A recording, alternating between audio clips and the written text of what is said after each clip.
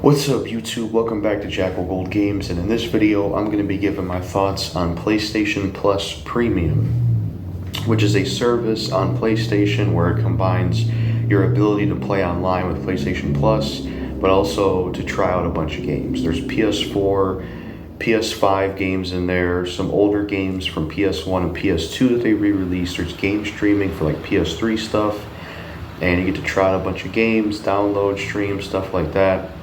And my thoughts on it, after I used it a little bit, I think I had it last month or something, but it was this year, is the only game I really played on there to completion and really put time into was the Dark Pictures Man of Medan, because I played Little Hope and I wanted to play the first one of the series and it was on there.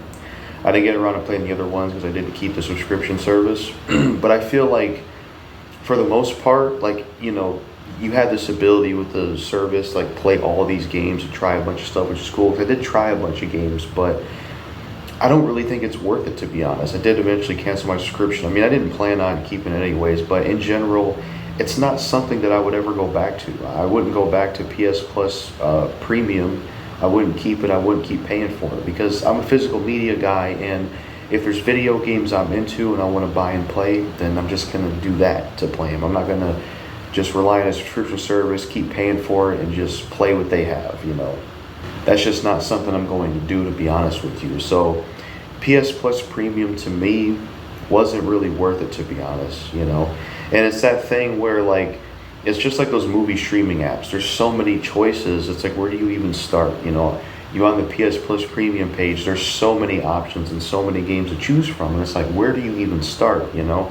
I just prefer having a curated collection where you have the games you're into and then that's it. You know, you don't got a bunch of crap, a bunch of junk, a bunch of stuff you're not even going to play. And PS Plus Premium, there's so much stuff in there. It's like, not every game on there is something I'm into, you know.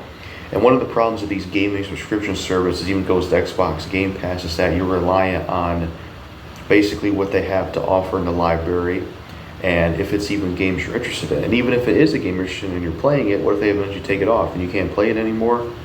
I just don't think it's really worth it, in my opinion.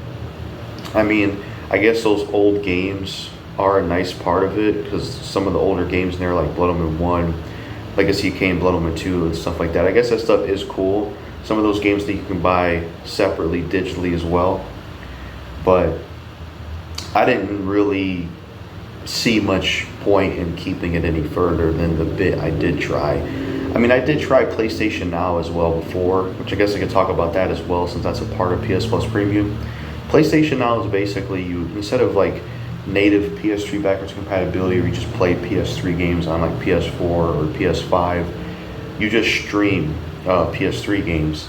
And, you know, it did work, but, you know, I don't know if it's just because it's how old the games are, but they always look like shit when you streamed them in the PS Plus Premium. I think it's because it's streaming, why they never look that great graphically. But yeah, PS Plus Premium, that's how I feel about it. That's what I think of it overall.